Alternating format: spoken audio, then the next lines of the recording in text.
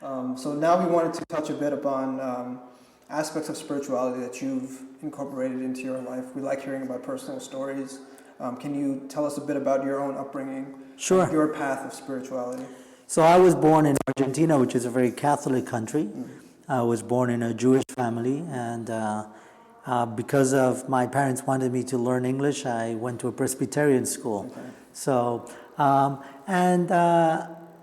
early on, I had what I used to call then existential attacks, which was like, I'm going to die, and then what?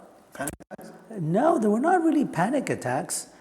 They were more like a sense of realizing, yes, I'm going to die. Depersonalization. Yeah, well, yeah, I don't know if there is maybe there is a specific name for that. I just call them existential attacks because what happened to me was... Psychologist in me is trying to diagnose. Right. It's just feeling of, okay, my existence is going to end. What am I here for? But it was really, I was sweating, and particularly it happened in dark places. So for example, when I was alone in my bed, or when I was in a movie theater, sometimes it happened. And so I didn't know how to deal with that. And one of the things that almost came to my lap was the book Siddhartha by Hermann Hesse, which actually was the life of the Buddha, but I didn't know that then. But I read it many times, and then slowly I started becoming more and more interested in other traditions.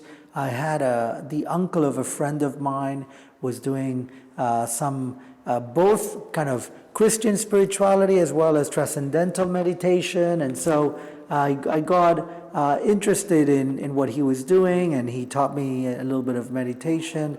And then when I came to the States, I was a transfer student, and I started really looking for many different things. I learned Zen meditation. I was doing vegetarian cooking with the Hare Krishna.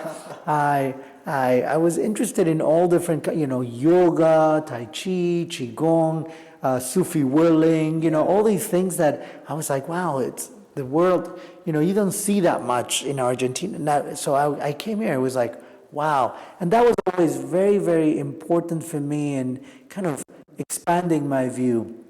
And then with a teacher that I had at the university, his name was Daoud Rabar. He was teaching, I remember perfectly, Religions 103, which was Religions of the East.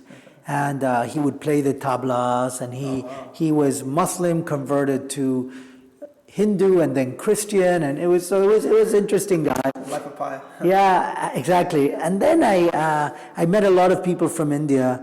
And when I graduated, I went to India. I spent almost a year in India, and met a lot of people from the Jain tradition, the Hindu tradition, the Muslim tradition, and the Buddhist tradition.